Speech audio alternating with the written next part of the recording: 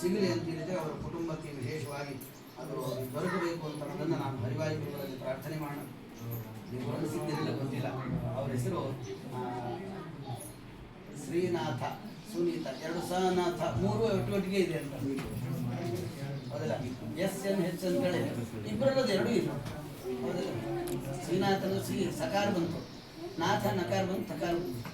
ಸುನೀತನ ಸಕಾರ ನಕಾರ ತರ ಮೂರು ಬಂದ್ಬಿಟ್ಟು ಎರಡು ಎಕ್ಸ್ಟ್ರಾ ಇವರಲ್ಲಿ ಇದೆ ಅಂತ. ಒಂದು ರಕಾರ, ಇನ್ನೊಂದು ಮಹಾಪ್ರಾಣಿ ಎರಡು ಇದೆ ಅಂತ, ಪುರುಷ ಅಂತ ಒಂದು ಹೇಳ್ಕೊಳ್ತಾರೆ. ಈ ರೀತಿಯಾಗಿ ಇಬ್ಬರು ಒಮ್ಮನಸ್ಸಿನಿಂದ ವಿಚಾರ ಮಾಡಿ ವಿಶೇಷವಾಗಿ ಈ ಶ್ರೀಮದ್ ಭಾಗವತ ಅಂತರೋದನ್ನು ಅವರು ಹೇಳಿಸಿದ್ದಾರೆ.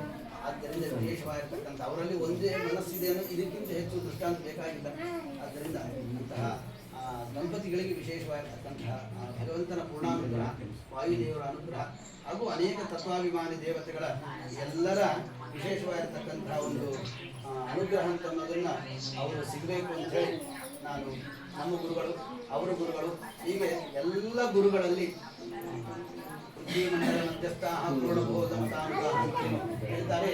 ಹಾಗೆ ಪೃಥ್ವಿಯಲ್ಲಿ ಇರತಕ್ಕಂಥ ಎಲ್ಲ ಗುರುಗಳು ಅಂತ ಏನಿದ್ದಾರೆ, ಬ್ರಾಹ್ಮಣರು, ಜ್ಞಾನಿಗಳು, ಸಜ್ಜನರು, ತತ್ವಾಭಿಮಾನ ದೇವತೆಗಳು, ಅವರೆಲ್ಲರಲ್ಲಿ ಪ್ರಾರ್ಥನೆ ಅಂತ ಮಾಡ್ತಾ ಅವರಿಗೆ ವಿಶೇಷವಾದ ದೀರ್ಘವಾದ ಆಯುಷ್ಯ, ಆರೋಗ್ಯ ಆದಿಗಳಿಗೂ ಹೆಚ್ಚು ಸಾಧನೆ ಮಾಡುವ ಒಂದು ಸೌಭಾಗ್ಯ ಭಗವಂತ ಕೊಡಲಿ. ಅದು ಮುಂದಿನ ಜನ್ಮಕ್ಕೂ ಅದು ಮತ್ತೆ ವೈಷ್ಣವತ್ವ ಜನ್ಮ ಬರಲಿಕ್ಕೆ ಅದು ಕಾರಣ ಆಗಲಿ.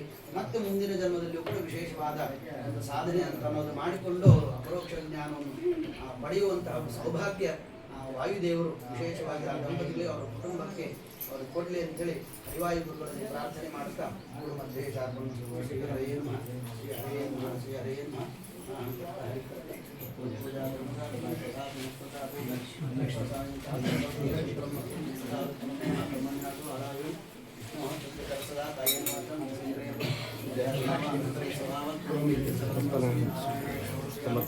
ಈ ಒಂದು